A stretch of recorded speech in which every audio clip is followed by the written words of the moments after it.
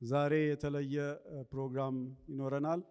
ወደ ዋናው ፕሮግራማችን ከመግባታችን በፊት መዝሙር እንዘምርና ጸሎት እናደርጋለን።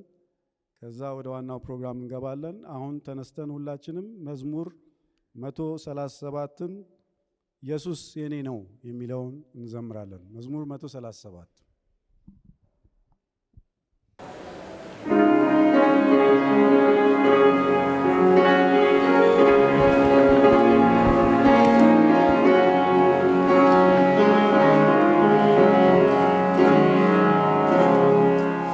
ኢየሱስ የኔ ዘምሩ ሱምራት ፍጹም ምሕረት አንድ ደግመው ይህነው ታሪኬ ልዘምረው መድኃኒቴን ላመስግነው ይህነው ታሪኬ ልዘምረው መድኃኒቴን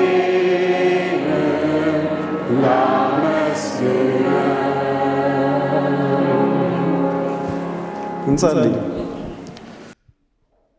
ቅዱስ አባታችን ታሪካችንን ያማረ ስላደረክልን እናመሰግናለን። ያንተ አመራር በሕይወታችን፣ በሕዝባችን፣ በእያንዳንዳችን የሚገለጽ ስለሆነ እናመሰግናለን። አንተ የመራህንን ምሪት እንዳንረሳ፣ በዚህ ምክንያት ደግሞ ለወደፊት በተስፋ በድፍረት የምንራመድ ልጆች እንድንሆን እርዳን።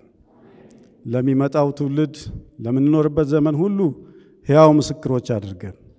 ዛሬ የምንወያየው የምንናገረው ሁሉ በልባችን ተቀምጦ ይዘነው የምንሄድ እኛም ደግሞ እንድንቀሳቀስ እንድንሰራ የሚገፋን እንዲሆን ለምናሃለን። ሁሉን ተረከብ። ስለ ሁሉ እናመሰግንሃለን። በክርስቶስ ስም አሜን።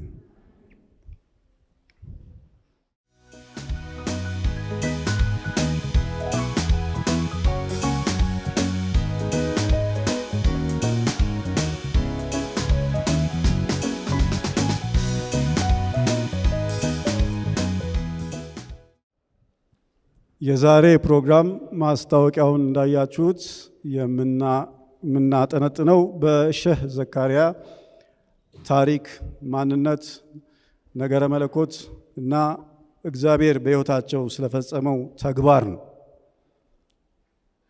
ብዙ ጊዜ ጥያቄ ይነሳል። ታሪክ ማወቅ ጥቅሙ ምንድን ነው? ምን ጥቅም አለው? ይህንን ሳስብ ሁል ጊዜ የማስታውሰው ኤለን ጂ ዋይት የተጻፈችው ኮቴሽን ትዝ ይለኛል። መጀመሪያ በእንግሊዝኛ ላንብበውና ግርድፍ ትርጉሙን መልሻ አንብበዋለሁ። We have nothing to fear for the future except as we shall forget the way the Lord has led us in the past and his teachings in our past history. በታሪካችንና በትምህርታችን እግዚአብሔር የመራንን መንገድ እስካልረሳን በስተቀር ለወደፊቱ ምንም የሚያስፈራን ነገር አይኖርም ይላል እና በጣም የሚያስደስት ኮቴሽን ጥቅስ ነው ይሄ። ስለዚህ ታሪካችንን የእግዚአብሔርን አመራር በታሪካችን ውስጥ ያለውን ማወቅ ለወደፊቱ ስለሚኖረን ጽናት፣ ጥንካሬ አስፈላጊ እንደሆነ ይሄ ይነግረናል ማለት ነው። ዋናው እንግዲህ የምናጠነጥነው በዚህ አሁን በተናገርኩት ዙሪያ ላይ ነው። የዛሬን ፕሮግራም የተዘጋጀው በፍኖተ ብርሃንና ሚኒስትሪ ነው። አብረውንም ያሉት እንደምታዩቸው ፓስተር ጥሩነህ ወልደ ስላሴ በዚህ ታሪክ ላይ መጽሐፍ ጽፈዋል። ከመጀመሪያዎቹ ከሼህ ዘካሪያ ደቀ መዝሙር ቃል በቃል ብዙ ቃለ ምልልስ ያደረጉ ናቸው። እንዲሁም አድቬንቲዝም ኢን ኢትዮጵያ የሚለው መጽሐፍ ላይ እንደገና በእንግሊዝኛ ይህንኑ ታሪክ ጽፈዋል። በዚህ በእኔ በኩል ደግሞ ያለው ወንድሜ ፋንታሁን መላኩ በዚህ ጉዳይ ላይ አሁን በሚያጠናው ጥናት ላይ ሪሰርች ጽሑፍ ጽፏል። እየጻፈም ነው የሚገኘው። በሁለት ቦታዎች ነው ትምህርቱን እየወሰደ ያለው። አንዱ በጀርመን፣ አንዱ በኢየሩሳሌም። በኢየሩሳሌም ባለው ትምህርት ቤት የነገረ መለኮት ትምህርቱን እያጠና እንዲሁም በጀርመን ባለው ትምህርት ቤት እያጠና ሊጨርስ የቀረው ትንሽ ነው እና በዚህ ዙሪያ ላይ ጠለቅ ያለ እሳቸውም ከሰሩት ገፋ አድርጎ ሪሰርች ምርምር አካሂዷል። ስለዚህ ብዙ የምንሰማው ነገር ዛሬ ይኖረናል ማለት ነው። ስለዚህ ብዙ ነገር ሳላበዛባችሁ መጀመሪያ ፓስተር ጥሩነህ ይመጡና ታሪኩን ባጭሩ ያስቀምጡልናል። ከዛ በመቀጠል ደግሞ ወንድሜ ፋንታሁን የነገረ መለኮታቸውና አስተምሯቸው ምን እንደነበረ ባገኘው ጥናት ያስቀምጥልናል። ከዛ በኋላ ተመልሰን ቁጭ እንልና ጥያቄና መልስ አቀርብላቸዋለሁ። ከዛ ደግሞ ለህዝቡ የጥያቄና መልስ ጊዜ ይኖረናል። በዚህ አኳኋን ፕሮግራሙን እንቀጥላለን ማለት ነው። አሁን ፓስተር ጥሩነህ መጥተው ስለ ታሪኩ ይነግሩናል።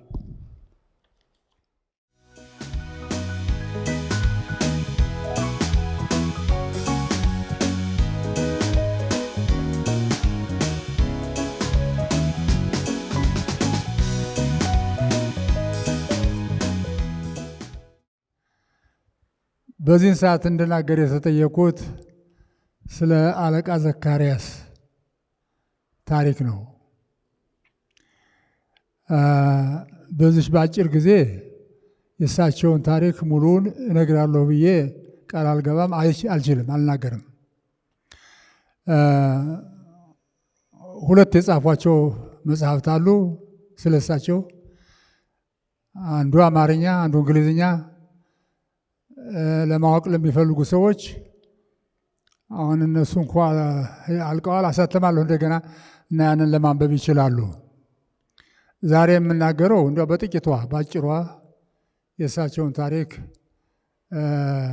ተናግሬ ከዛ በኋላ ጥያቄዎች ይኖሩ ይሆናል፣ ውይይት ይኖር ይሆናል። በዚያ የጎደለውን ለማሟላት ነው። እኔ ስለ አለቃ ዘካርያስ ታሪክ የሰማሁት ገና ትንሽ ልጅ ሳለሁ ነው። ከእሳቸው ተማሪዎች አንዱ ፊደል ያስቆጠሩኝ እሳቸው ናቸው። መምህር የነበሩ አለቃ ሞት ባይኖር ይባላሉ። እሳቸው አለቃ ሞት ባይኖር ሁልጊዜ ስለ አለቃ ዘካርያስ መናገር ይወዱ ነበር። ይናገራሉ፣ ሰማቸዋለሁ። ነገር ግን እያደጉ ስሄድ ጥያቄዎች መጠየቅ ጀመሩ። እኒህ ሰውዬ ታሪካቸውን እንሰማለን፣ ግን ታሪካቸው ተጽፏል አልተጻፈም። ታዲያ እነዚህ ስለ እሳቸው የሚናገሩ ሰዎች የሞቱ ጊዜ ምን ሊሆን ነው? አብሮ ሊሞት ነው የሚል ሀሳብ ወደ አእምሮዬ መጣና ይሄ ነገር መጻፍ ያለበት ጉዳይ ነው የሚል እምነት ያዝኩ። እዚህ አዲስ አበባ እሰራ ነበር። የትምህርት ቤቶች የሚስዮኑ ጸሐፊ ነበርኩ። ያን ጊዜ ይህንን ነገር ሳውጠነጥን የተረዳሁት ምንድን ነው? ከአለቃ ዘካርያስ ተማሪዎች አንድ ብቻ በሕይወት እንደቀሩ፣ የቀሩት ሁሉ አልቀዋል። እኒህ ሰውዬ የሞቱ ጊዜስ ብዬ አሰቡ። በኋላ ከዚህ ተነስቼ ደብረ ታቦር በአይሮፕላን ሄዱ። አይሮፕላን ነበር ያን ጊዜ ድረስ የሚሄድ። ሄጄ አንድ ደብተር ሙሉ መረጃ ከእኒህ ሰውዬ ከአለቃ ሞት ባይኖር ጽፌ ይዤ መጣሁ። እሳቸው የሞቱ እንደሆነ መሞታቸውም አይቀርም፣ ሲሞቱ እሳቸው በሕይወት ሳሉ ከእሳቸው ታሪኩን ካላቆየ ነው ይጠፋል በማለት ፍርሃት ነው። እና ይሄ እንግዲህ ባክግራውንዱን ለመናገር ያህል ነው። እና ታሪኩ በአጭሩ ሳስቀምጠው እንደዚህ ነው።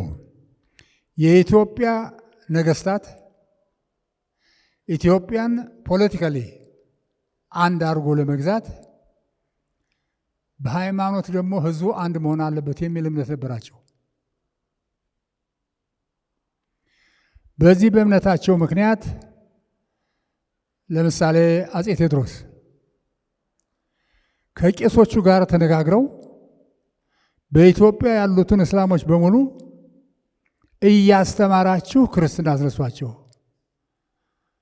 ብለው በምክር አይነት አቅርበው ነበር። እሳቸውም ቶሎ ሞቱ። እሳቸው የነገሯቸው ቄሶችም ብዙ ያደረጉት ነገር የለም። ነገር ግን ሙከራ ነበራቸው። ከዚያ ቀጥሎ አፄ ዮሐንስ ናቸው። አፄ ዮሐንስ እንዲያውም ጊዜ ወስነው በዚህ ቀን በዚህ ዓመተ ምህረት በኢትዮጵያ ያለ እስላም ሁሉ ክርስትና እንዲነሳ የሚል አዋጅ አውጀው ነበር። በዚያ አዋጅ ምክንያት ብዙ እስላም ወደ ክርስትና ተመልሰዋል። ተገዶ ሳይወድ ነው።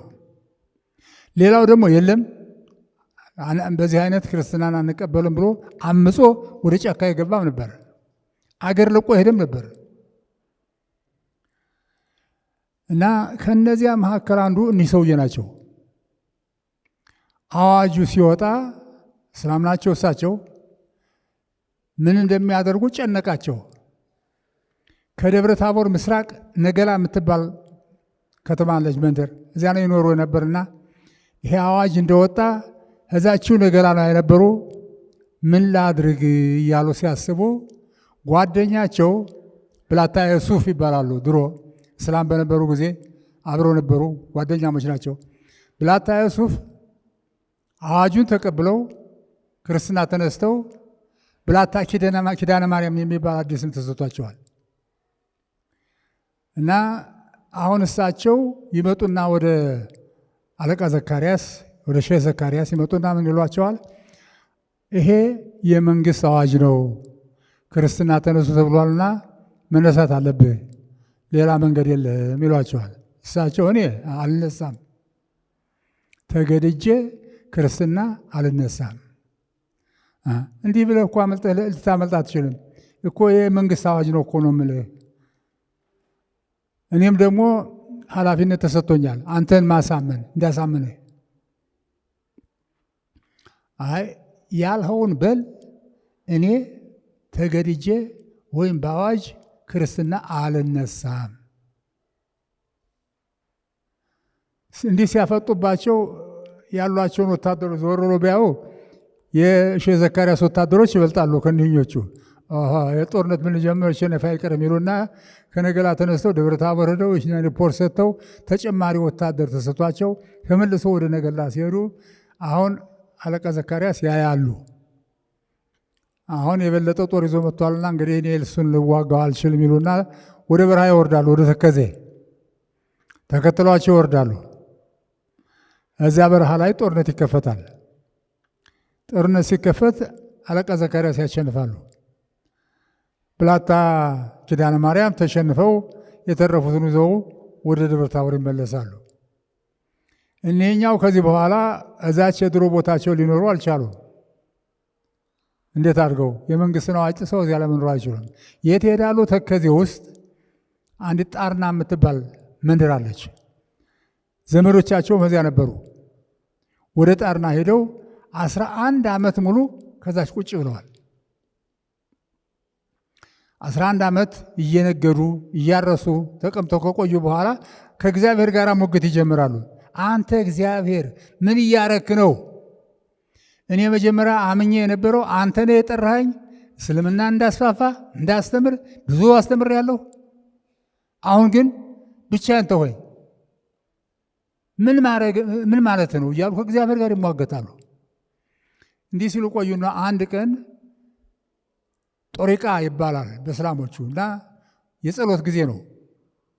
ሱባኤ ለ7 ቀን ብቻቸውን ተቀምጠው ሲጸልዩ ያን ጊዜ በደሮ ጩኸት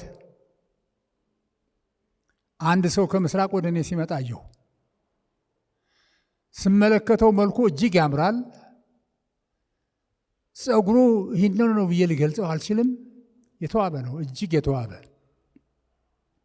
በኋላ ዘካርያስ ሆይ አለኝ፣ አንተ የልዑል የእግዚአብሔር አገልጋይ ነህ። ስለዚህ እኔ ላስተምርህ ነው የመጣሁ። ልመክር ነው የመጣው። ከዛሬ በኋላ ከኦሪት ከወንጌል እያወጣህ ከመጽሐፍ ቅዱስ ከቁርአን ደግሞ የሚያዘውን እያወጣህ ሶስቱን እያስማማህ እንድታስተምር እኔም በዘመን ሁሉ አልለይህም፣ ሁልጊዜ አብሬ እሆናለሁ ብሎ ይህንን መልእክት ይሰጣቸዋል። ትንሽ ቆይቶ ለሁለተኛ ጊዜ ሌላ ራእይ አሉ። ያ ራእዩ የሆነው በዳግማዊ ምኒልክ በነገሱ በሁለተኛው ዓመት ነው ብለዋል እሳቸው። በዛን ጊዜ ነው ያየሁት ይላሉ። በዶሮ ጩኸት ነው ይሄ ሁለተኛው። ሶስት ናቸው በአሁኑ ጊዜ ወደ እኔ የመጡት። ይሄ ጸጉራቸው የደናግል ጸጉር ይመስላል፣ እንደተሰራ ሹሩባ አይነት ይመስላል።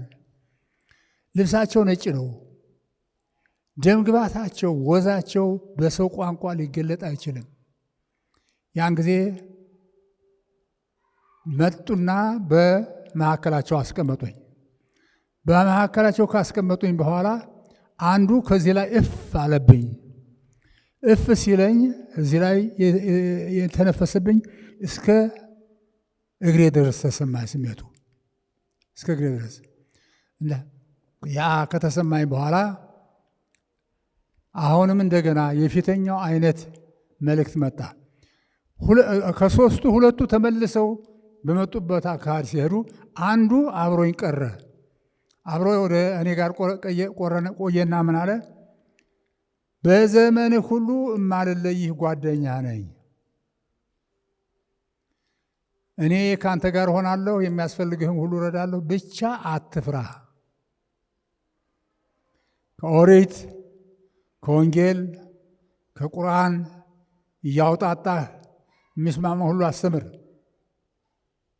በምትሄድበት ሁሉ እኔ አልለይህም አለኝ። ይህንን ካላቸው በኋላ ላማ የምትባል ቦታ አንድ ትምህርት ቤት ይከፍታሉ። እዚያ ትምህርት ቤት ከፍተው ሲያስተምሩ ተማሪዎቹ የሚመጡት ከወልቃይት፣ ከጠለምት፣ ከመልዛ፣ ከቋሊሳ፣ ከትግራይ፣ ከኢትዮጵያ ሙሉ ይመጣሉ። እነዚያን ተማሪዎች አስተምረው ወደ መጣችሁበት ሄዱ ነው። የሚያስተምሩቱ ደግሞ ከፊቱ ለየት ያለ ነው። በኋላ እስላሞች ይህንን ነገር ሲመለከቱ ይሄ ሰው የሚያስተምረው ትምህርት ልክ አይደለምና መከሰስ አለበት ብለው ከሰሷቸው። መጀመሪያ የተከሰሱት ከደጃዝማች ገብረስላሴ አድዋ ደጃዝማች ገብረስላሴ አደባባይ ላይ ነበሩ የተከሰሱት። ከዚያ እረቱ። ሁለተኛ ዋክሹም ጓንጉል ላይ ሰቆጣ እረቱ። ሶስተኛ ደብረታቦር ላይ ከራስ ውግሳ ከዚያም እረቱ። እንዲያውም የራስ ውግሳዋ እንደምታስቅ ታሪክ አለችባት። እዛ ከራሱ ፊት ቀርበው ነገሩን በሚዋዩበት ጊዜ ራስ ጉግሳ በእሳቸው ላይ ሊፈርዱ እንዳቃጡ ገብቷቸዋል። አዘኑ። በዚያ ቀን በጣም አዝነው ከአደባባይ ሲመለሱ ማንን ያገኛሉ? አለቃ ታየ። አለቃ ታየ በኢትዮጵያ ታሪክ የመጀመሪያውን የኢትዮጵያ ሕዝብ ታሪክ ብለው የጻፉት እሳቸው ናቸው። እሳቸው በጣም ይህንን ነገር ይከታተሉ ስለነበረ ይገናኛሉ። ሲያዋቸው ምን ሆነው ነው መልከው በጣም ዛሬ የመከፋት የማዘን መልክ አይበታለሁ፣ ምን ሆነው ነው አሏቸው። አይ ራስ ጉግሳ ሊፈርዱብኝ አስበዋል ይመስለኛል፣ አልተደሰትኩም፣ በእሳቸው ምክንያት አልተደሰትኩም ይሏቸዋል። አለቃ ታየ ምን አሏቸው? አንድ ሰው ከዚህ ከመዳፈው ላይ ጠመንጃ ቢደቅን ጥይት አጉርሶ ምላጩን ቢስበው ይሄ ከዚህ ጠመንጃው አፈሙዝ ላይ የተደቀነው እጅ ጥይቱን ያስቀረዋል? አያስቀረውም? ያስቀረዋል? እንዴት አድርጎ? ጥይት 15 እጅም ከዚህ ላይ ቢቀመጥ 15ቱን ሁሉ በዝቶ ይሄዳል። እና በዚህ ምሳሌ አድርገው ምን አሏቸው? እርስዎ የያዙት ቃል ከእግዚአብሔር ነው። ሰው የፈለገውን ይናገር፣ ጥይቱን የሰው እጅ ሊያስቀረው እንደማይችል እንዲሁ የማንም ነገር የሰውን ጉዳይ ሊያስቀረው አይችል። አይዞ በጣም በየአደባባዩ እየተከተሉ የሚመክሯቸው ሰው ነበሩ። አለቃ ታየ በጣም ትልቅ ሰው እና በዚህ በየአደባባዩ አሁን እንደተባለውም ለዛሬ ትተነዋል ነገሩን ብለው 3 ወር ካቆዩ በኋላ መኳንንቶቻቸው ቀረብ ይሉና በየቦታው እኒህ ሰውዬ እውነትን ይዘው ነው የሚዞሩ፣ ተፈርዶላቸዋል። እሶ በእሳቸው ላይ ቢፈርዱ ብቻውን ይሆናሉ፣ በራሰው ላይ ችግር ያመጣሉ ሲሏቸው እንግዲህ ህዝቡ ጋር ሆናለሁ ብሎ እሳቸውም አልፈረዱባቸውም፣ ፈረዱላቸው። ከዛ እስላሞች በኢትዮጵያ ያሉ ተሰብስበው በአጼ ምኒልክ ላይ ከሰሷቸው። ወደ አጼ ምኒልክ ሲመጡ 30 ባለብረት የራሳቸው ወገን ያን አስከትለው ነው የመጡ። አጼ ምኒልክ ላይ በቀረቡ ጊዜ አጼ ምኒልክ ሊቃውንት የተባሉትን የእስላሞቹን፣ የክርስቲያኖቹን የሁሉን ሊቃውንት ሰብስበዋል በዚያ በጉባኤ ላይ ነገሩን ለማየት እና ትልቅ ጉባኤ ነው ያደረጉላቸው። በኋላ ክሱ ምንድን ነው? ይሄ ሰው አለቃ ዘካርያስ ቁርአናችን 3 4 ልታገቡ ትችላላችሁ እያለ እሱ ግን አንዲት እያለ አንዲት ሚስት ብቻ ነው የምታገቡ ብሎ ይላል። ይሄ ከቁርአኑ ውጭ ነውና ስህተት ነው የሚያስተምረው፣ ይፈረድበታል ብለው ክስ አቀረቡ።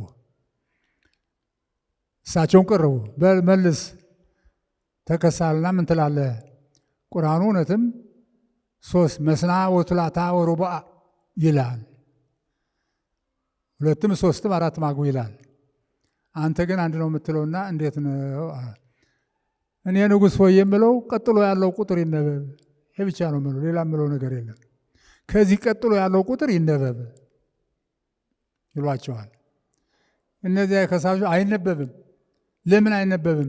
በቅንፍ ውስጥ ነው ያለ፣ በአጥር ውስጥ ነው ያለ። በአጥር ውስጥ ያለው አይነበብም። እሱ የተነበበ እንደሆነ ምድር ትናወጣለች እና አይነበብም ይሏቸዋል። አይ እሳቸው ደግሞ ምን አሉ? በቅንፍ ውስጥ መግባቱ የቅንፉ አጥሩ የሸዋ አጥር አይደለም፣ ማንም ሰው ሊያነሳው የሚችል አጥር ነው። ነገር ግን በቁም ነገር የተያዘ ያ በቅንፍ ውስጥ ያለው ቃል በጣም ቁም ነገር ያለው መሆኑን ለማሳየት ነው እንጂ እንዳይነበብ አይደለም። ይነበብ ሲሉ ንጉሡም አዎ ይነበብ፣ በጥንቃቄ እንደ የተቀመጠ ከሆነ መነበብ አለት ይነበባል። ሲነበብ ምናል ወይን ኺፍቱ አላ ተድሉ ፊ ወሃደትን፣ እግዚአብሔርን ለሚፈራ ግን እሳቸው እግዚአብሔርን ለሚፈራ ነው የሚሉት። ሌሎቹ ተርጓሞች ቁርአኑን የተረጎሙ አሁን ሳይሆን ግን አለማስተካከልን ብትፈሩ ግን ነው የሚለው። አንድ ትበቃለች። ይኸው እግዚአብሔርን ለማይፈሩ ነው ይሄ 4 የተፈቀደው እንጂ እግዚአብሔርን ለሚፈሩ አንድ ብቻ ብሏል። ስለዚህ ይሄ ነው ሲሉት አሁን ተፈረደላቸው። አንድ ቨሪ ኢንትረስቲንግ የሆነ ነገር ያገኘሁት ላካፍላችሁ። ይህንን ስለዚህ አንድ መጽሐፍ ጽፍ ያለውና ያንን መጽሐፍ ለመጻፍ ሪሰርች በማድረግበት ጊዜ አዲስ አበባ ዩኒቨርሲቲ ኢትዮጵያን ስተዲስ ሂጄ ነበረ። እዚያ ሂጄ እንዲያው ምን አገኛለሁ ብዬ ስዞር ሳገላብጥ አንድ መጽሐፍ አገኘሁ። በጣም ወፍራም መጽሐፍ በእጅ የተጻፈ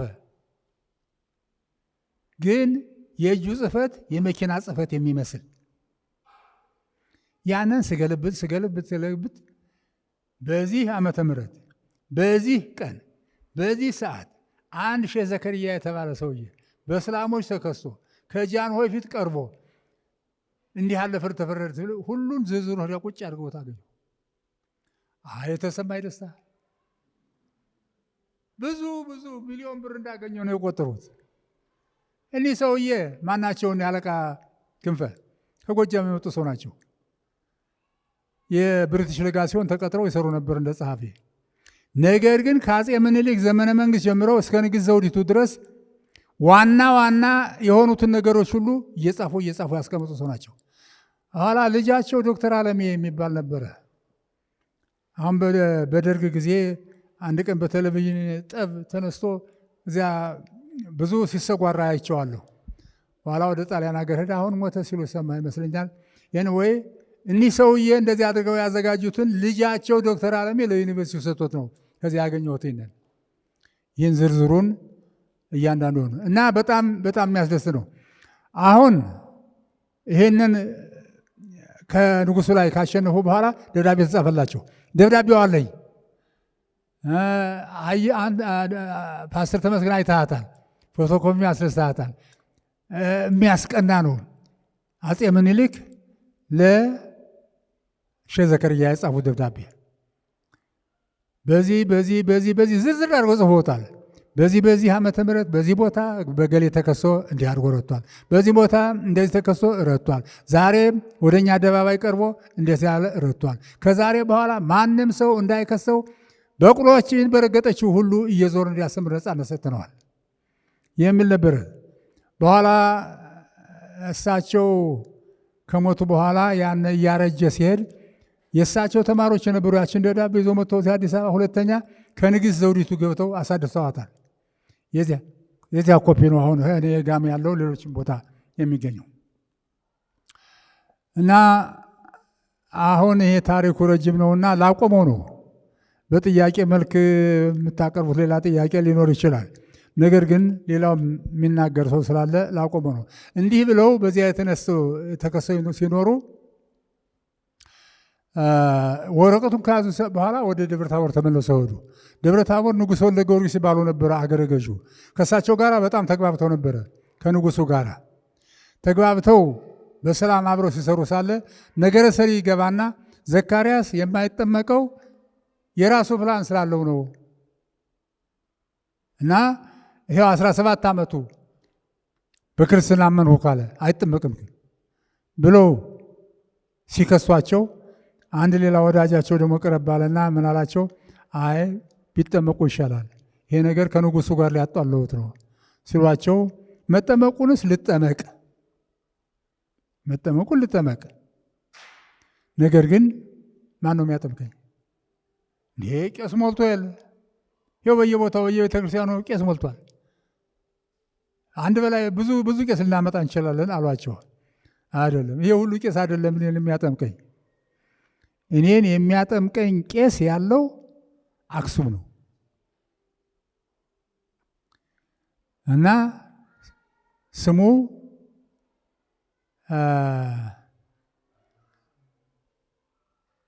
አመለጠኝ። አናንያ ነው። አናንያ ነው ስሙ አናንያ ነው የሚባል አክሱም ነው ያለው። አሁን ሰው ልከው በቁሎ ይላኩለት፣ 2 በቁሎ ላኩ። አንዱ የስንቁ አንዱ የሱ እሱን መጥቶ በሱ ነው መጠመቅ። እነዚህ ሰዎች ከደብረ ታቦር ተነስተው አክሱም ሄደው ያንን ሰውዬ ሲያገኙ ያ አናንያ ምን አሉ? ማላካችሁ? ለምን መጣችሁ? ምን የለም መጣችሁ ልጅ ብቻ ነው ያሉት። አዎ መተናል፣ ተዘጋጅቻለሁ ነው ሄድ ብድግ እና ታይቶ አውቁ መጡ። በ1903 ዓመተ ምህረት ተጠመቁ። ሲጠመቁ በቀኑ ወደ 3000 የሚሆን ህዝብ ነው በአንድ ቀን እሳቸው ጋር የተጠመቀ። ከዚያ በኋላ ግን በየጊዜው እየተንጠባጠበ 15000 የሚሆን እስላም ወደ ክርስትና ተመልሷል። እና እኒህ ሰውዬ ከአድቨንቲስት ጋር እምነታቸው ምን ግንኙነት አላቸው የሚለውን ትንሽ ልንካውና እዚያ አቀመጣለሁ። ምንድን ነው ያላቸው ግንኙነት? ከእርሳቸው አንዳንድ ሰዎች አድቨንቲስት ነበሩ ምናምን የሚሉ ሁሉ አሉ። አይደሉም። አድቨንቲስት አልነበሩም። ስለ አድቨንቲስትም አያውቁም። ነገር ግን ወደ ጥምቀት በቀረቡ ጊዜ፣ ለጥምቀት በተዘጋጁ ጊዜ ችግር ተፈጥሮ ነበር። ከዚህ አንድ ሰው አለ ከፊቴ፣ የትምህርት ቤት ጓደኛዬ ነበር። አብረን እንማር ነበር። ሊያስተምርህም እንደሆነ አላውቅም። ዶክተር ደቤ ታድጎ ይባላል። እስቲ ተነሳ፣ ቁም።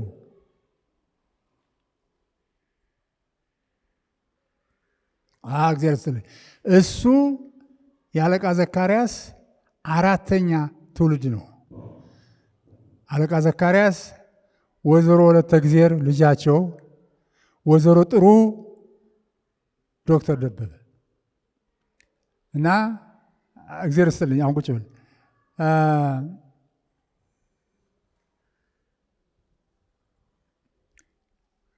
ከዚህ ቦታ ሊጠመቁ በተዘጋጁ ጊዜ ተማሪዎቻቸው ከሁለት ስንጥቅ አሉ።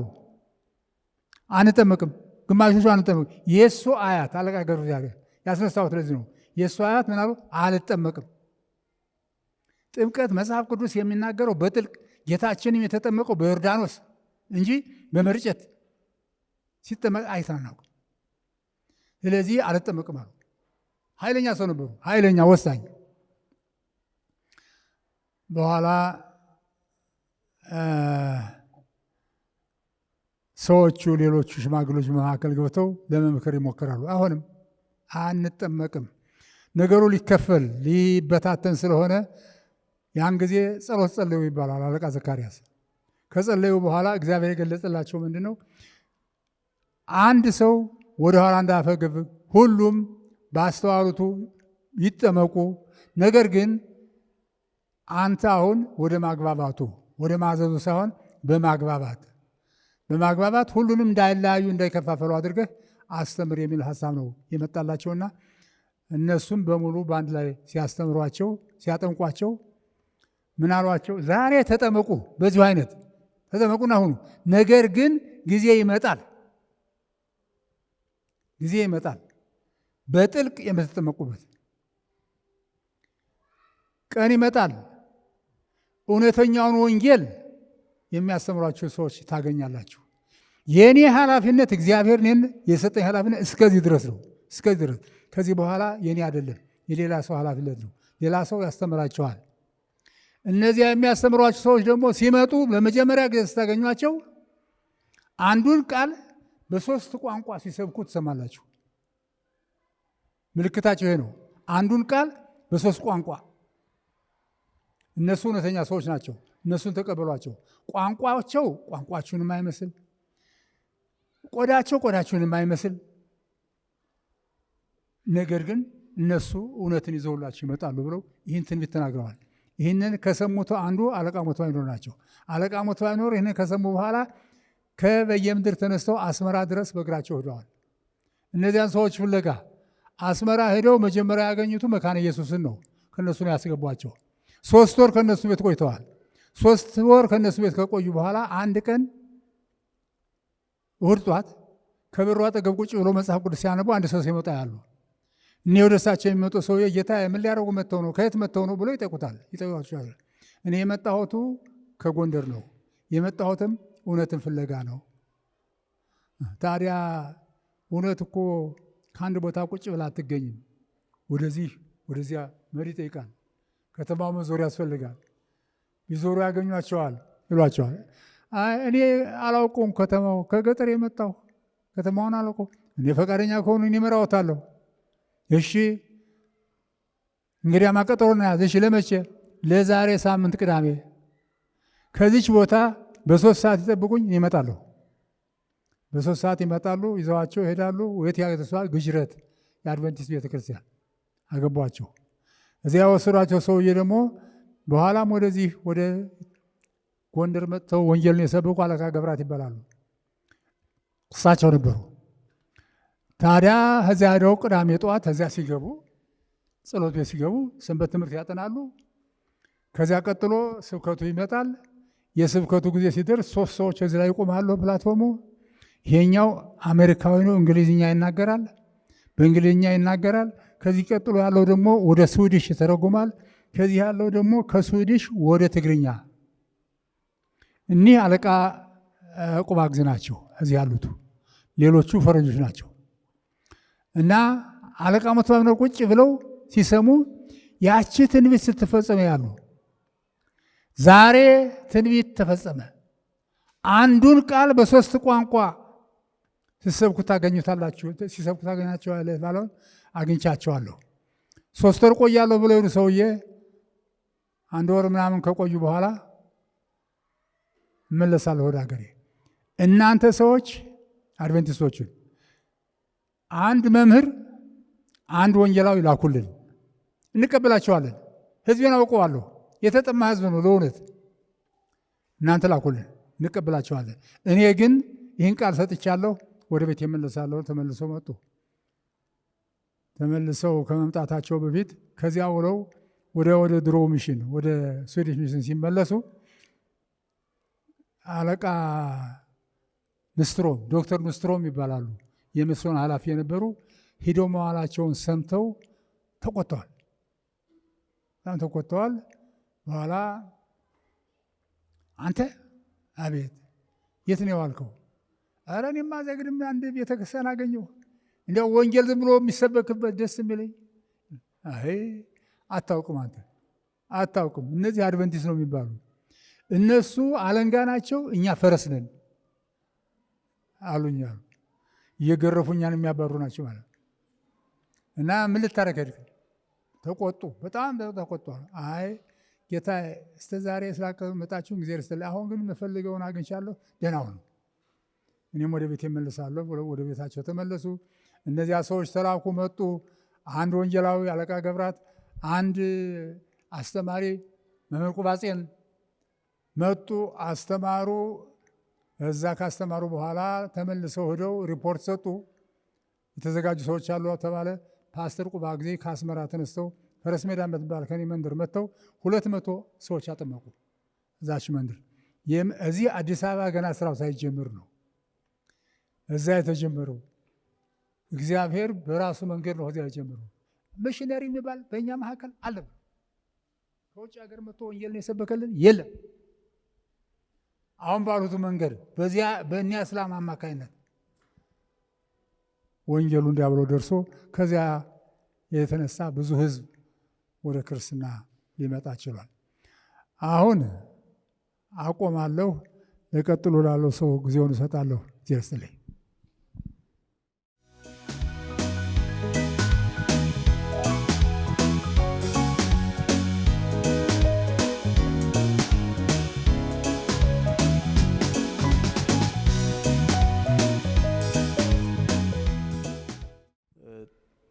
ታሪክ የምንበለው እንግዲህ ሼህ ዘካርያስ በኢትዮጵያ የሃይማኖት ታሪክ ውስጥ ያሳረፉትን አሻራ የማወቅ የማጥናት ለእናንተም እንዲሁ የማጋራት እድል ስለገጠመኝ እግዚአብሔርን አከብራለሁ።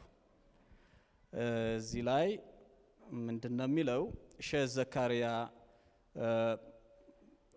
ክንዴ የተናገሩት ነገር ስላለ አንዳንዱን ዘለዋለሁ እንዳልደጋግም ማለት ነው።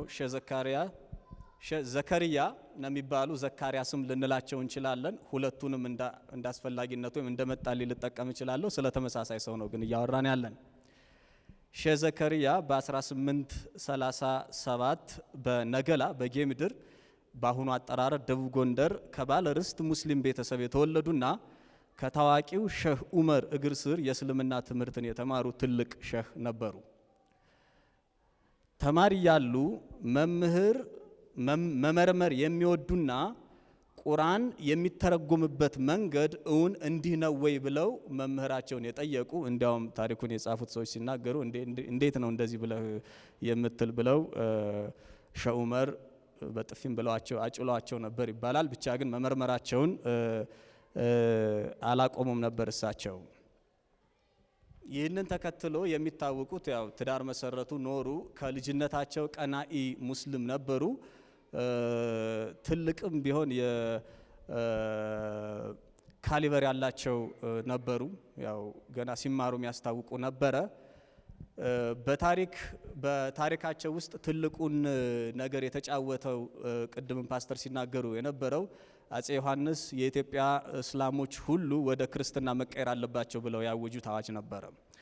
አጼ ዮሐንስ ለኢትዮጵያ አንድነት ያንን አዋጅም አውጀዋል። ለእምነታቸውም ቀናኢ እንደነበሩ ያው የታሪክ መዝገቦች ይናገራሉ። በማዕረጋቸው ውስጥ ሁላ የኢትዮጵያ ንጉሠ ነገሥት ከሚለው ጎን የቤተ ክርስቲያኗ ጠባቂ፣ የጽዮን ጠባቂ የሚልም ሁላ እስከ ማስገባት ድረስ የደረሱ ቀናኢ ነበሩ። ሼሁ አልፈልግም አልቀየርም ብለው የተፋለሙ፣ በኋላም ያው ቦታ ጥለው የሸሹና ተከዜ በረሃ ውስጥ ራሳቸውን ሰውረው ለረጅም ጊዜ የተቀመጡ ናቸው። የእድል ነገር ሆኖ እኔ ያሳለፉበትን ቦታ የማየት እድል ገጥሞኛል። ከተወሰኑ ከ6 ከ7 ዓመታት በፊት እዛ የነበሩ ናቸው። ከዛ በኋላ ራእይ አይተዋል። በኢትዮጵያ አቆጣጠር በ1885 ነው ራእዩን ያዩት። ራእያቸው ከሁለት አበይት ክስተቶች በኋላ የሆነ መሆኑ ትኩረትን ይስባል። አንደኛ ሙስሊሞችን ሁሉ ክርስቲያን ለማድረግ ብዙ የለፉት አጼ ዮሐንስ በሙስሊሞች እጅ ከወደቁ በኋላና ስደቱ ካቆመ በኋላ አጤ ምኒልክ መጥተው የሃይማኖት ነጻነት አዋጅ አውጀው ሁሉም ሙስሊሞች ወደ የቤታቸው እንዲመለሱ፣ እርሻቸውን እንዲቀጥሉ፣ ነጋዴዎቹ እንዲነግዱ፣ ስራቸውን እንዲሰሩ ነጻነት ካገኙ በኋላ መሆኑ የመጀመሪያው። ሁለተኛ ደግሞ ክፉ ቀን የሚባል ለ4 ዓመት ያክል ኢትዮጵያን በተለይ የሰሜኑን የሀገሪቱን ክፍል ክፉኛ የጎዳ ድርቅ፣ ረሃብ ነበረ። ያ እየተጠናቀቀ በነበረበት ጊዜ ነበር። እንዲያውም አለቃ ታዬ ሼህ ዘካርያስ የተጠመቁ ቀን በደስታ 17 ገጽ ግጥም ገጥመዋል። 17ቱ ገጽ ግጥም እዛ ውስጥ ምን ይላሉ? ክፉ ቀኑም እግዚአብሔር ያመጣው ቁጣ ነው ብለው ይላሉ። እንዲያውም አንድ ነገር ላነብላችሁ እችላለሁ። እሳቸው ያዩበት አለቃ ታየ ነገሩን ያዩበት መነጽር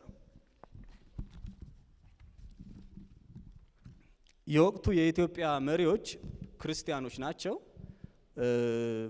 የ19ኛው ክፍለ ዘመን የመሪዎቹ ንጽረተ ዓለም ወይም ነገሮችን የሚያዩበት አተያያቸው ለክርስትና ካላቸው ክርስትናን ከሚያዩበት መረዳት አንጻር የተቃኘ ነበረ እና ማስገደዳቸው የእግዚአብሔር ፈቃድ አይደለም ብለው ይላሉ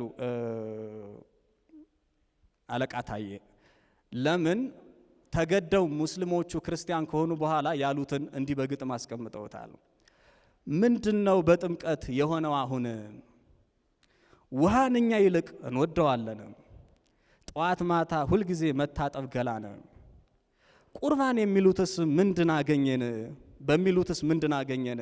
ስንዴ ዳቦን ወትሮ እንበላው የለን፣ ከቶም እስክንጠግብ እስኪሰለቸን፣ ምን እንዳትጎዳነ ጉራሽ የማትሆነ እያሉ ይሳለቁ ነበር። ይሄ እግዚአብሔርን አሳዘነውና እግዚአብሔር ክፉ ቀን እንዲከሰት በኢትዮጵያ የክርስቲያን መሪዎችም ከዛ እንዲማሩ ህዝቡም እንዲማር ትሁት እንዲሆን አደረገ። የንጉሱም በሙስሊሞች ወይም በእስላሞች እጅ በሱዳን ድርቡሾች እጅ መውደቅ የእግዚአብሔር ሐዘን አለበት የሚል አመለካከት አላቸው አለቃ ታዬ። ይህ ከሆነ በኋላ የራእዩን ይዘት በምንመለከትበት ጊዜ እግዚአብሔር ተገለጠልኝ ነው የሚሉት ሼህ ዘካርያስ። እሳቸው ይህንን ራእይ በተቀበሉበት ጊዜ ግን ራሳቸውን ለይተው ለ7 ቀን ሱባኤ ገብተው ነበረ። እዛው ጣርና የሚባል አካባቢ ከተከዜ ወንዝ ብዙም ያራቀ ማለት ነው። እግዚአብሔርን ይለምኑ ነበረ። እኔ የበለጠ እንድትገለጥልኝ እፈልጋለሁ፣ የማምነውንም እምነት ለኢትዮጵያ ሕዝብ በደንብ ማስፋፋት እፈልጋለሁ፣ እስልምናን ሁሉ እንዲቀበለው ለሰው ልጆች ሁሉ እንዲዳረስ ለማድረግ እፈልጋለሁ እያሉ እያለ ነው ይህ ራእይ የተገለጠላቸው። የራእዩን ይዘት ቅድም ፓስተርም ተናግረውታል። አንድ ሰው ተገለጠልኝ፣ ከዛ በኋላ የነገረኝ ነገር ምናልባት ራእዩን ማንበብ ጊዜ ካልወሰደብን ላነበው እችላለሁ።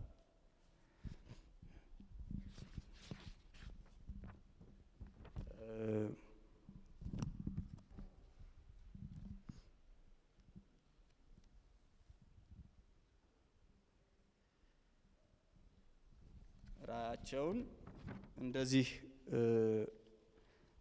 ብለው ነው ያስቀመጡት። መጀመሪያ ያየሁት በራእይ እንዲህ ያለ አየሁ። ሰውየው ከምስራቅ መጣ፣ ቁመቱ የረዘመ መልኩም ያማረ፣ ራሱን የተሰራ መጠኑም ይህ ተብሎ አይነገርም። ወደ እኔም ቀርቦ አለኝ፣ ዘካርያስ ሆይ የእግዚአብሔር ባሪያ ወደ እኔና ላንተ እውቀትንና ማስተዋልን ሰጥቶሃልና። እኔም እሺ አልኩ።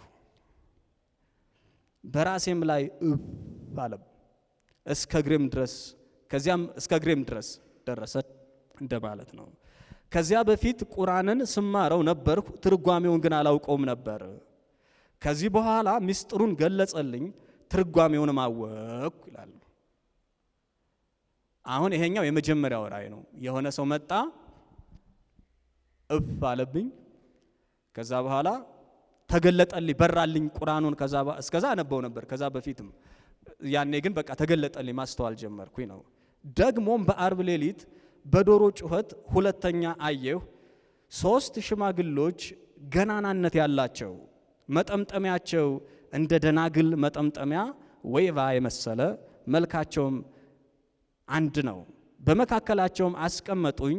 አንተ ዘካርያስ ሆይ አይዞህ፣ አትዘን፣ አትተክዝ፣ ያን የሰጠንህን እውቀት የመጀመሪያውን ማለት ነው። በመጀመሪያው ራእይ ልንፈጽምልህ መተናልና ተነሳ፣ በርታም፣ መልካም አተረጓጎም በመልካም አተረጓጎም ቁርአንን መርምር፣ እኛም ካንተ ጋር አንለይም። ከኦሪትና ከወንጌል ጋር ፉርቃን አንድ የማይሆንበትን ስራ እየከለከልህ አስተምር አሉኝ ነው። ከዚህ በኋላ ከ3ቱ ሰዎች 2ቱ አንድ አካል ሆነው ወደ ሰማይ አረጉ። በኋላም ደመናና ዝናብ ከነርሱ ሲፈጠር አየሁ። ከምስራቅ እስከ ምዕራብ ድረስ ለዓለም ሁሉ ሲዘንብ ወይም ዝናቡ ሲዘንብ አየሁ። ከዓይኔ እስኪርቁ ድረስ አንድ አካል ሆነው አያቸው ነበር። አንዱ ከኔ ጋር ቀረ። እኔንም እጄን ይዞ አይዞህ፣ በርታ፣ አልለይህም አለኝ።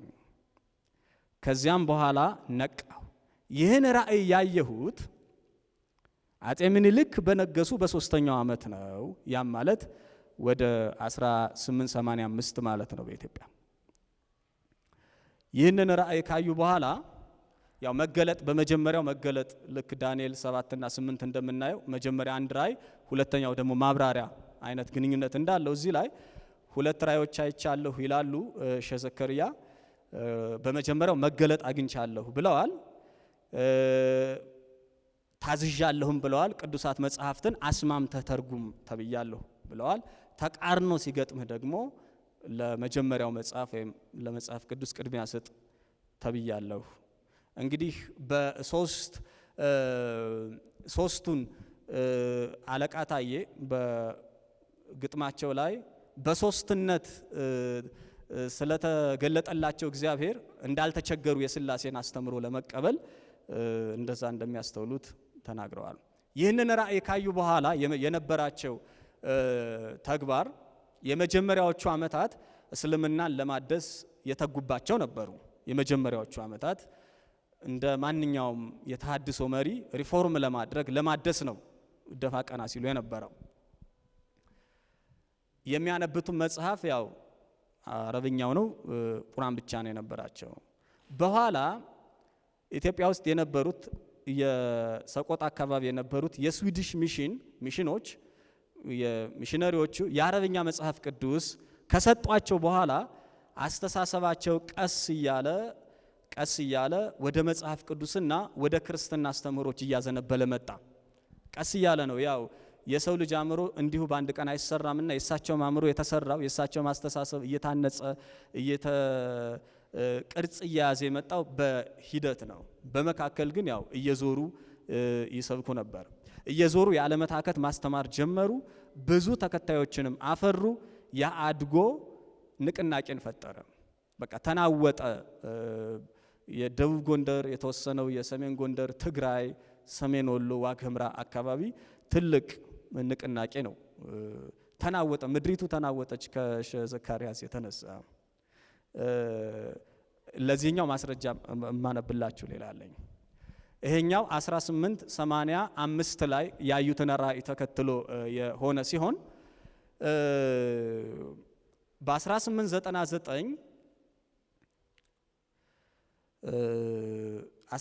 በ1899 ዓመቱ የተለየ ዓመት ነው ለሼህ ዘካርያስ። በ1899 ዓመተ ምህረት ሼህ ዘካርያስ በየክፍለ ሀገሩ ገዢዎች ተከሰው ቀርበው ነበር። ግን ተቃዋሚዎቻቸው ወደ ንጉሱ መሄድ እንፈልጋለን ብለው ስላሉ ወደ አጤ ምኒልክ መምጣትና በንጉሱ ፊት መታየት ነበረበት ጉዳዩ። ያንን ጉባኤ ነው እንዲያውም አሁን ለምሳሌ በራስ ጉግሳም እንበለው በሌሎቹ ከተደረጉት ይልቅ እዚህ ላይ በደንብ እንድናውቅ ያደረገን ነገር ምንድነው? ስለዚህኛው ጉባኤ ክንፈ አዲሱ የሚባሉ የዜና መዋዕል ጸሐፊ ማስታወሻ ጽፈዋል። ያኔ ጉባኤው ላይ ቁጭ ብለው ይጽፉ ነበረ። እሳቸው ብቻ ሳይሆን የሸሁ ተቃዋሚዎችም አረቦችም ኢትዮጵያውያንም ጽፈው ነበር በወቅቱ ምልከታቸውን የነሱን ኦብዘርቬሽን ማለት ነው። ስለዚህ ደግሞ ያው ተጨማሪ መረጃ ምንጮችም አሉን። የአጼ ምኒልክ አዋጅ እሳቸው የጻፉት አለ። ያለቃ ታዬ ግጥምም ቅድም ያልኳቸው አለ። የሙግቱ ይዘት በዋናነት ቅድምም ፓስተር እንዳሉት ሰውየው እስላም ሆኖ የሚያስተምረው ግን የክርስቲያን ትምህርት ነው፣ መላ በሉልን ነው የሰዎቹ የተቃዋሚዎቹ ክስ። ከነሱ መካከል አንዱ መጽሐፋችን አላህ አይወልድም አይወለድም እያለ ይህ ሰው ግን ተወልዷል ብሎ እያስተማረ ነው። ስለ ትዳርም እንደዛው አንድ ሚስት በአንድ ሚስት ትውፊታችን እየፈቀደልን 4 ሚስቶችንም ለማግባት እንደዚህ የሚሉ በኋላ በንግግር እናሳድገዋለን። እንግዲህ 2 አመለካከቶች አሉ በዚህ ጉባኤ ላይ። አንደኛው ሼህ ዘከርያ ድል አድርገዋል፣ ተከራክረው ድል አድርገዋል የሚለው ንጉሱ ወይም አጤ ምኒልክ ክንፈ አዲሱ አለቃ ክንፈ ማለት ነው እና አለቃ ታዬ ይህንን ሲሉ ሼህ ዘከርያ ድል ሆነዋል ንጉሱን ይዘው ነው እንጂ ባዮቹ ደግሞ ተቃዋሚዎቻቸው ናቸው። በአጠቃላይ ግን ጉባኤው 2 ጉባኤ ነው የተደረገው። አንዱ መስከረም መጨረሻ ላይ፣ አንዱ ግንቦት ላይ። በሁለቱም ጉባኤ ግን ያው ጉባኤው ሲጠናቀቅ ሼህ ዘከርያ በተጠየቁት ጥያቄ ሁሉ ድል አድርገዋል እና ከዛ በኋላ ነፃ ናቸው ብሎ ነው ጉባኤው ነፃ ያደረጋቸው። ሌላው 1899ን የተለየ የሚያደርገው ብዙዎቻችን ስለ ሼህ ዘከርያ ስንሰማ እንዲሁ አንድ የሆኑ አባት አድርገን ብቻ ነው የምንወስደው። ሼህ ዘከርያ ግን ባለ 95 ገጽ ድርሳን ጽፈዋል ወይም አንቶሎጂ ጽፈዋል። ባለ 95 ገጽ። ይህ ጽሁፍ የሼህ ዘከርያ የእምነት መግለጫ ልንለው እንችላለን። ጽሁፉን ሲጀምሩ አዲስ አበባ ላይ ነው የጻፍኩት ብለዋል። አዲስ አበባ ላይ ነው የጻፍኩት ሲሉ ኢትዮጵያን እወቃት በሚለው ጉዟቸው በአዲስ አበባ አድርገው እንዳለፉ ይታወቃል። ከዛ ውጭ ግን አዲስ አበባ የመጡ ተከሰው በአጼ ምኒልክ ችሎት ፊት ለመቅረብ ነበረ። በመጀመሪያው ሲቀርቡ በመስከረሙ ጉዳያቸው ከታየ በኋላ ከተቃዋሚዎቻቸው መካከል አንዱ ሼህ ጅሩ የሚባለው ግለሰብ ስለሞተ ሌላ ሰው እስኪተካ ድረስ ለ1 ወር የሚያክል እዚሁ ቆይተዋል። ምናልባት ያን ይሆናል የጻፉት ይህንን አንቶሎጂ ወይም የእምነት መግለጫ ባለ 8 ክፍል ጽሁፉን የጻፉት በአረብኛ ቋንቋ በአረብኛ ፊደል ነው። 95 ገጽ ነው ያለው። ባለ 8 ክፍል ነው። ምናልባት 8ቱ መሰረታዊ እምነቶች ልንለው እንችላለን። እንግዲህ ልናነጻጽረው እንችላለን። የ7ኛ ቀን አድቬንቲስት ቤተክርስቲያን 28ቱ መሰረታዊ እምነቶች በኋላ ነው 28 የሆኑ። መጀመሪያ 5 6 እያሉ ነው የወጡና የዛን ዘመን የጽሁፎች ወይም የእምነት መግለጫዎች ልናነጻጽር እንችላለን። ይዘቱን ስናገር እንግዲህ እንዴት አይነት አንቶሎጂ እንደሆነ እናያለን። ይህ አረብኛ ጽሁፍ ከደቀ መዛሙርቱ 2ቱ ወደ አማርኛ ተርጉመውታል። አባ ገብረ እግዚአብሔርና አለቃ ኢሳያስ።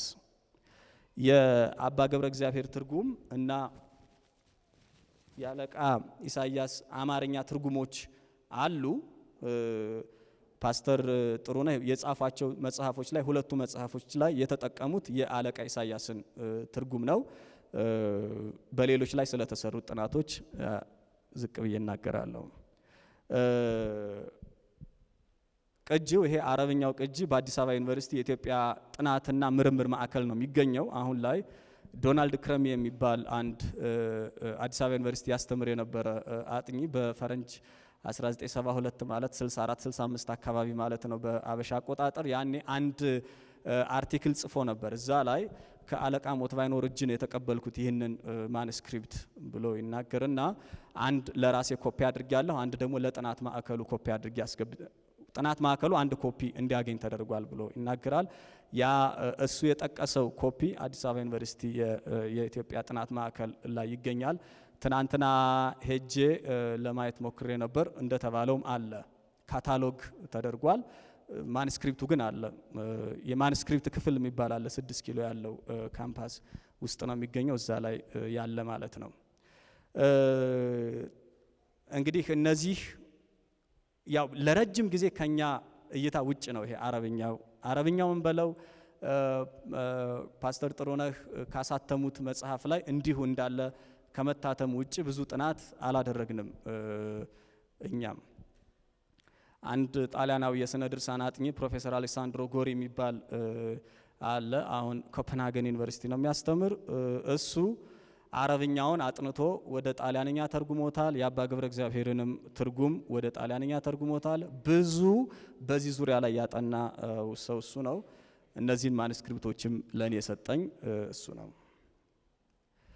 ይህ ጽሁፍ ባለ 8 ክፍል የምንለው ጽሁፍ ቅርጽም አለው ይዘትም አለው። የጽሁፋቸው የሸሁ ማለት ነው የጽሁፋቸው ሁለቱ ማዕከላዊ ትምህርቶች ነገረ ክርስቶስ ወይም ክሪስቶሎጂ እና ትክክለኛው የቅዱሳት መጻሕፍት ያተረጓጎም መርሆች ወይም ሄርሜኔቲክስ የሚሉት ናቸው። ሁለቱ ናቸው ዋናዎቹ። እንዲያው ሁለቱም አንልም፣ አንዱ ነው ዋናው፣ ሁለተኛው ተከታይ ነው። ዋናው ግን አንደኛው ነው። 8ቱ መሰረታዊ እምነቶች እዚህ ላይ ዝርዝሩ ነው እዩት። እንግዲህ አንድ ቀዳሚው ቃል የሚለውን ክፍል በምትመለከቱበት ጊዜ ኢየሱስ ክርስቶስ እምቅድመ ዓለም ነበረ። የእግዚአብሔር ቃል ዘላለማዊ ነው። የእግዚአብሔር ቃል ኢየሱስ የእግዚአብሔር ቃል ነው ብለን ካልን ደግሞ እሱም ዘላለማዊ ነው ማለት ነው። ኢተርኒቲ ፓስት ኢየሱስ ነበረ ሁሌም። ይሄን የሚሉት እንግዲህ ሸሁ ናቸው። ሁለተኛ እግዚአብሔር ለነቢያት ስለ መሲህ አመጣጥ ስለገለጠላቸው ነው። ሰፊው ክፍል ከ8ቱ ይሄኛው ነው። በብሉይ ኪዳን ላይ ከዘፍጥረት 3:15 ጀምሮ የተተነበዩትን ትንቢቶች በሙሉ ሰብስበው እነዚህ ሁሉ ፍጻሜያቸውን በናዝሬቱ ኢየሱስ አግኝተዋል ብለው ያሉበት ነው። ሶስተኛ ስለ ኢየሱስ ልደት እንግዲህ የመጀመሪያው ስለ ኢየሱስ ዘላለማዊ አምላክ መሆን፣ ሁለተኛው ስለ ኢየሱስ ስለተነበዩ ትንቢቶች፣ ሶስተኛው ስለ ኢየሱስ ልደት እንዴት እንደተተነበየው እንዴት የኢየሱስ ክርስቶስ አወላለድ ትንቢት የሚናገረውን ነገር እንዴት እንዳሟላ የሚናገር ነው።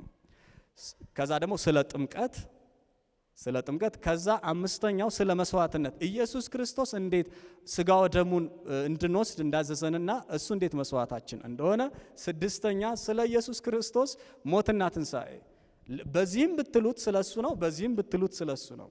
በዚህም ያው ክርስቶስ ነው ሴንተሩ የዚህ አንቶሎጂ ስለ ክርስቶስ ስለ ሞቱና ትንሣኤው። ሰባተኛው ናት እንግዲህ ስለ አተረጓጎም ከቁርአን ስለሚያዘውና ስለማይያዘው ብለው ከፍለው ዘርዝረው ዝርዝር የመጀመሪያው ዙር ላይ ይሄ አብሮ የሚሄድ ነው፣ ይሄኛው ደግሞ አብሮ የማይሄድ ነው ብለው ያስቀመጡት። 8ኛ ደግሞ አምልኮ የሚገባው እግዚአብሔር ብቻ እንደሆነና ቅዱሳን መላእክትም ይሁኑ ማንም እግዚአብሔር የሚያስፈልገውን አምልኮ እንደ ሊወስድ እንደማይችል የተናገሩበት ክፍል ነው። እንግዲህ የሸዘከሪያ ነገረ ክርስቶስ ወይም ስለ ክርስቶስ ያስተማሩት ትምህርት እንዲህ ይጠቃለላል። ኢየሱስ ክርስቶስ እምቅድመ ዓለም ነበረ፣ ዘላለማዊ ነው። በብሉይ ኪዳን የተነገሩት የመሲሁ ትንቢቶች ሁሉ የሚያመለክቱት ወይም ፍጻሜያቸውን ያገኙት በናዝሬቱ ኢየሱስ ነው። የሰው ልጅ ከኃጢአቱ ለመዳን ሞቶ የሚያድነው አዳኝ ያስፈልገዋል። እሱንም ያደረገው ኢየሱስ ክርስቶስ ነው። ኢየሱስ የሰው ልጅ እንዲድንበት የተሰጠ ያው ብቸኛው መድህን ነው የሚለውም ከዛው ጋር ይገናኛል። ይሄንን ባለ 95 ገጽ መጽሐፍ እንግዲህ ስላልታተመ መጽሐፍ አንለው ማኑስክሪፕት ነው። ይሄንን ማኑስክሪፕት ሲጽፉት የጻፉት በ1899 ሲሆን ተጠምቀው ክርስቲያን የሆኑ ግን በ1903 ነው። ይሄንን ያደረጉ ክርስቲያን አልነበሩም እሳቸው። ይሄንን ሲሉ በኋላ ነው ክርስቲያን ሆኖ ቤተ ክርስቲያን ዘከርያ ስለ ኢየሱስ ያመኑትን ለማመን ስለ ነገረ ክርስቶስ ነው እያወራን ያለን አያሌ ዓመታት በርካታ ጉባኤዎችም አስፈልገዋት ነበር። የክርስቲያን ቤተ ክርስቲያን ታሪክ ወይም የቤተ ክርስቲያን ታሪክ የክሪስቶሎጂ ታሪክ ነው ይባላል። ንትርኩ ሁሉ የሚያጠነጥነው በኢየሱስ ክርስቶስ ላይ ነው። የመጀመሪያዋ ቤተ ክርስቲያን ሐዋርያት ካለፉ በኋላ ኢየሱስ ሰው ብቻ ነው ማለት ተጀመረ። በቃ አባቶች አጥንተው ኢየሱስ አምላክም ጭምር ነው። ኢየሱስ አምላክ ከሆነ ደግሞ ሰው አይደለም ደግሞ የሚል ደግሞ ይነሳል። እንደዚህ አይደለም፣ ተጠንቶ ሰውም ነው፣ ፍጹም ሰውም ነው፣ ፍጹም አምላክም ነው። እንደዛ ከሆነ ኢየሱስ ፍጹም አምላክና ፍጹም ሰው ሲሆን መለኮትና ሰብአዊነት እንዴት ነው ግንኙነት ሊኖራቸው የሚችል? በሱ ዙሪያ ብዙ ጉባኤዎች ተደረጉ። እንዲያውም የምስራቁና የምዕራቡ ክርስትና የተለያየም እዚህ ላይ ነው። እንዴት ነው ክርስቶስ ጌታችን ኢየሱስ ክርስቶስ አምላክም ሰውም የሚሆነው? አምላክነትና ሰብአዊነት እንዴት ነው አንድ ላይ በአንድ አካል ውስጥ ሊሆኑ የሚችሉት በሚለው ዙሪያ ነው ክርክሩ። ከዛ በኋላ ስለ ብዙ ነገሮች እንዲያውም አንዳንዴ አልፎ ደግሞ ኢየሱስ ሰው ሲሆን እንዴት አይነት ሰው፣ የወደቀውን ያልወደቀውን የሰው ልጅ ስጋን ይሄንን ሁሉ ለመፍታት ብዙ ክፍለ ዘመኖች ያስፈልገዋል። ዘካርያስ የአረብኛውን መጽሐፍ ቅዱስና የቁርአኑን ሁለቱን እያነጻጸሩ አጥንተው ግን አልተቸገሩም ይህንን ሁሉ ነገር ሲፈቱት። እዚህ አንቶሎጂ ላይ የምናየው ይህንን ነው። ሁለተኛ ደግሞ ስነ አፈታታቸው ወይም መጽሐፍ ቅዱስን የሚፈቱበት ያፈታት መንገድ የተለያላቸው። ምናልባት ብዙዎቹ ከኛ ጋር አብረው የማይሄዱ ይሆናሉ፣ እሳቸው ግን ተጠቅመውበታል። አንድ መጽሐፍ ቅዱስ የእግዚአብሔር ቃል ነው የሚል ጨምሩበት። እግዚአብሔር ከሚለው በፊት መጽሐፍ ቅዱስ የእግዚአብሔር ቃል ነው። ቁርአንም የእግዚአብሔርን ቃል ይዟል። ትንሽ ልዩነት አላት። የእግዚአብሔር ቃል ነውና የእግዚአብሔርን ቃል ይዟል። በክርስትና እስልምናና በይሁዲ እምነት መካከል ያለው ልዩነት የየእምነቶቹ ሰዎች የሚከተሉት የቅዱሳት መጽሐፍት አተረጓጎም ስልት መለያየት ላይ የተመሰረተ ነው ብለው ነው የሚያስቡ። ንባባችን ላይ ነው የሚለያየው ብለው ነው የሚያስቡ። ሰዎች መጽሐፍቱን በትክክለኛው መንገድ ቢተረጉሟቸው ልዩነቶቹ ይጠፋሉ፣ ወደ አንድ ግብ መሄድ እንችላለን። ይሄንም እኔ አሳይቻለሁ ብለው ነው የሚያስቡ እሳቸው። ሁለት ቁርአን የተሰጠበት ምክንያት መጽሐፍ ቅዱስን ለመተካትም ይሁን ለማደስ አይደለም። ተመልከቱ፣ ጌታችን ኢየሱስ ክርስቶስ የመጣሁት ከዛ በፊት የነበረውን ሕግንና ነቢያትን ምልል አይደለም አለ። ልሽር ላሻሽል አይደለም የመጣሁት አለ። ቀጣይነት ነው። እግዚአብሔር ሁሌም አንዱ እሱ ስለሆነ ምንጩ የመገለጦች ሁሉ ምንጩ አንድ እሱ ስለሆነ ሌላ መገለጥ ሲመጣ ሊያፈርስ ሊንር ሊተካ አይደለም። እግዚአብሔር በልዩ ልዩ መንገድና ዘመን ለሕዝቡ የመናገሩ ምልክት ወይም ማሳያ ነው። ዋናው ዓላማው ወደ ቀደሙት መጽሐፍት መምራት ነው። መገለጡ ወይም መጽሐፍ ቅዱስ ጎዶሎ ሆኖ ስለተገኘ ሳይሆን ሰዎች ያንን ለመከተል ስላልፈለጉ ነው ይሄኛው እንደገና እንዲሰጥ የተደረገው ብለው ነው የሚያስቡ። ፕሪንሲፕሎቹ መርሆቹ ግልጽ ናቸው አይደለም? አንደኛ፣ ሁለተኛ፣ ሶስተኛ የኋለኞቹ መገለጦች የበፊተኞቹን ለማረጋገጥ ወይም ወደ እነርሱ ለመምራት የተሰጡ ከሆነ የቀደሙት መለኪያ ናቸው። እዚህ ላይ ነው ቁልፎ ያለችው። መጀመሪያ ሰጥቷል፣ እግዚአብሔር መገለጥ ሰጥቷል፣ በዚህ ተመሩ ብሏል። ስለዚህ ሌሎች መገለጦች ወደዛ የሚመሩ ከሆነ ቀድሞ የመጣው ስታንዳርድ ነው ማለት ነው፣ መለኪያ ነው ማለታቸው ነው። አንዱ ቁልፉ ነገር ይሄ ከሆነ ቅዱሳት መጽሐፍትን ወይም መጽሐፍ ቅዱስን በትክክል ከተከተልን ሂዱና ተከተሉት ተብለናል። በትክክል ከተከተልን ወደ በኋላ በተለይ ያመጡት አቋም ነው ይሄኛው። ተጨማሪ መገለጥ አያስፈልገንም። ስለዚህ ማንኛውንም ዶክትሪን ወይም ማንኛውንም ትምህርት መጽሐፍ ቅዱስ ላይ ብቻ መመስረት እችላለሁ ብለው በተጠየቁበት ጊዜ ይሄም የእግዚአብሔር ቃል ከሆነ ሙሉም ከሆነ በዚህ ላይ መሰረታለሁ ብለው ይላሉ። ሰባተኛው ክፍል ነው ይህንን ሁሉ ነገር የሚናገረው። አምስተኛ እና አጼ ምኒልክ በአዋጃቸው የጠቀሱት ከቁርአን ውጭ ያሉትን የእስልምና ጽሑፎች አዋልድ ናቸውና በእነርሱ ላይ የተመሰረተን ማንኛውንም ሙግት አልቀበልም ብለዋል። ከዛ ደግሞ ተነጻጽሮ መጽሐፍ ቅዱስን ቅድሚያ መስጠት ራእዩ ላይ እንደተናገሩት ያስፈልጋል የሚለውን ነገር ተናግረዋል። ይሄ ስለ ጽሑፋቸው ነው። ከዛ ያው ንቅናቄ ተነስቷል ብለናል። ቅድም እንደሰማ ነው መጨረሻ ላይ በ1903 ተጠምቀዋል። የሼህ ዘካሪያን መጠመቅ ተከትሎ ቁጥሩን በትክክል ማስቀመጥ ቢከብድም ከ10,000 እስከ 15,000 ከዛ በላይ ህዝብ ከእስልምና ወደ ክርስትና ተቀይሯል ይባላል። እንደ ኢትዮጵያ ባለ ሀገር በዚች አጭር ጊዜ ከሼህ ዘካሪያስ በፊት የመጡት ትልልቆቹ የኢትዮጵያ መሪዎች ሞክረው ያልቻሉትን እግዚአብሔር በሳቸው በኩል አድርጎታል። ከዛ በኋላ እየተንጠባጠበ ቀስ እያለ ወደ ቤተ ክርስቲያን እየሄደ አጥምቁኝ የሚለው ህዝብ እንዲያውም ብዙ ነው። 10,000 እስከ 15,000 የሚለውን አንዳንዶቹ ወደ 7,000 ያወርዱታል። በአጠቃላይ ግን በሺህ የሚቆጠር ህዝብ ነው የመጣው። ይህ በኢትዮጵያ የሃይማኖት ታሪክ ተስተካካይ ያለው አይመስልም። ፈቅዶ ወዶ ደስ ብሎት ነቅሎ ገንፍሎ ወጥቶ እምነቴን እቀይራለሁ የሚል ህዝብ የለም፣ እንደዚህ የለም። ያውም ይህ ንቅናቄ በተከሰተበት አካባቢ አለቃ ታዬ የማይታሰብ ነው፣ እግዚአብሔር የሆነ አደረገው እንጂ የማይታሰብ ነው ይላሉ። ሌላው ቅድም በደንብ ተብራርቷል። እሳቸው መጨረሻ ላይ ሩጫዬን ጨርሻለሁ፣ እስከዚህ ድረስ መርቻችኋለሁ፣ ከዚህ በኋላ ተጨማሪ መገለጥ ታገኛላችሁ፣ እግዚአብሔር ግን በቃህ ብሎኛል ይሉና ሩጫቸውን ይጨርሳሉ።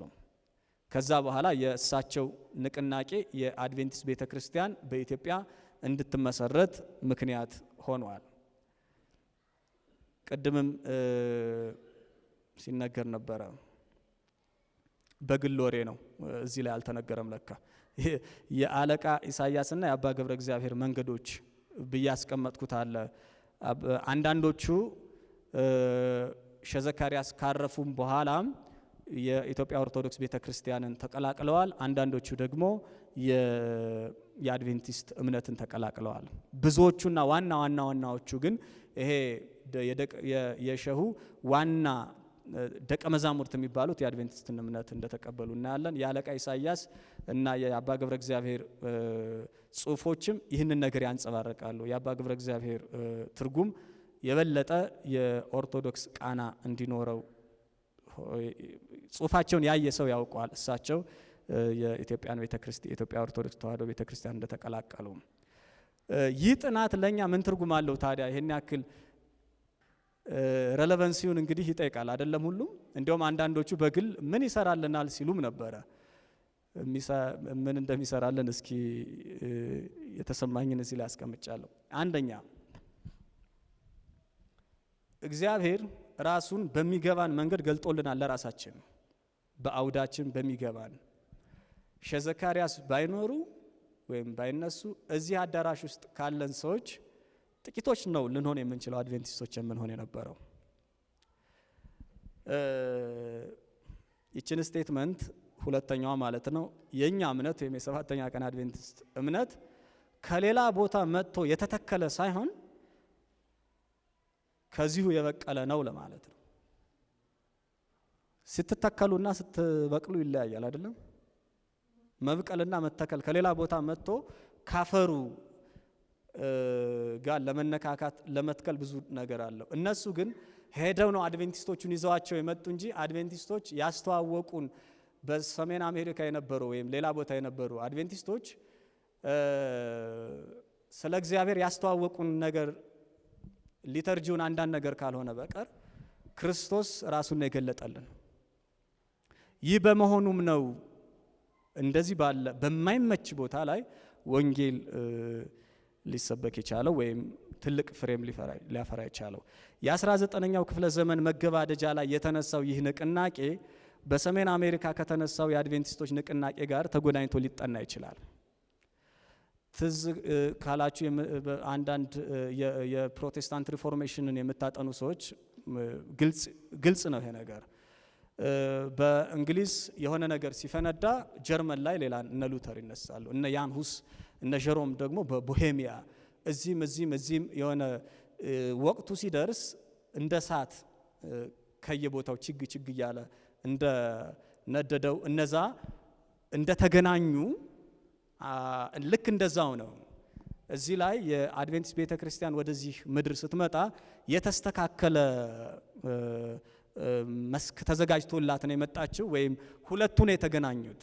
እግዚአብሔር እዛ ማዶ የሚሰራ ነበር፣ እግዚአብሔር እዚህ የሚሰራ ነበረ ነው። ዘከርያ ምን ቢያደርጉ ነው ሺዎችን ወደ ክርስቶስ መምራት የቻሉት ነው ትልቁ ነገር። ይሄ ከኛ ስንፍና የተነሳ ወደ መድረክ አላመጣ ነው። ለምሳሌ የደቂቀ እስጢፋኖሶች ታሪክ ደቂቀ እስጢፋኖሶች በኢትዮጵያ ኦርቶዶክስ ቤተክርስቲያን ላይ በመካከለኛው ዘመን ላይ የተነሱ ጥያቄ የጠየቁ የቤተክርስቲያኗን አንዳንድ ትምህርት የጠየቁ ናቸው። የጻፉት ጽሁፍ አለ። ያንን ጽሁፍ ፕሮፌሰር ጌታቸው ኃይሌ ወደ አማርኛ የተረጉሙታል። በግዕዝ ነው የተጻፈ። ከዛ በኋላ ባለፉት ጥቂት ዓመታት ሁለት አስርት ዓመታት የኢትዮጵያን የሃይማኖት ንግግሮች ወይም መድረኮች በምትሰሙበት ጊዜ የእስጢፋኖሶች ታሪክ እንደዚህ ናቸው እንደዛ ናቸው የሚሉ አቋሞች እንዳሉ ሆነው ይህ ታሪክ መድረክ ላይ አለ።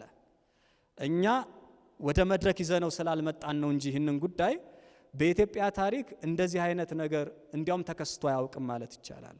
እኛንን ወደ መድረክ እንዲመጣ የንግግር፣ የጥናት፣ የሪሰርች፣ የውይይት ርዕስ ሳይሆን የቀረው ከኛ ድክመት የተነሳ ነው እንጂ ነገሩ እሳቸው የጻፉትም ጽሁፍም በለው ትርጉሞቻቸው ምን በለው ንቅናቄውም ያስገኘው ውጤት መድረክ ሊዝ የሚገባው ነበረ። ይህ የሆነው ለምንድን ነው ካል በሁለት ነገር ነው ብዬ ነው የማስበው። አንድ ያው እግዚአብሔር ነው እየገፋ ወደ እዚህ ያደረሳቸው፣ እሱ እንዳለው ነው። ኢየሱስ ክርስቶስ የክርስትናችን ማዕከል መሆን ሲችል አንድ፣ ሁለት ቅዱሳት መጻሕፍትን በትክክለኛው መንገድ ስናጠናና ስንኖራቸው እግዚአብሔር ይህ ነው የማይባል ወይም ከአእምሯችን በላይ የሆነ ነገር ሊያደርግ እንደሚችል አሁንም በ21ኛው ክፍለ ዘመን እርግጠኞች መሆን እንችላለን የሚል ነው። እንግዲህ ጥያቄዎች ይኖራሉ ብሎናል ወንድማችን ዘውዱ። እናንተም ተጠይቁ ይሆናል፣ እሱም የሚጠይቀን ይኖራል። ይሄ ነው ፋሲኔቲንግ ነው። በቃ ታሪኩን ስትሰሙት ብዙ ነገር እንዳገኛችሁበት አምናለሁ። እግዚአብሔር ይባርካችሁ።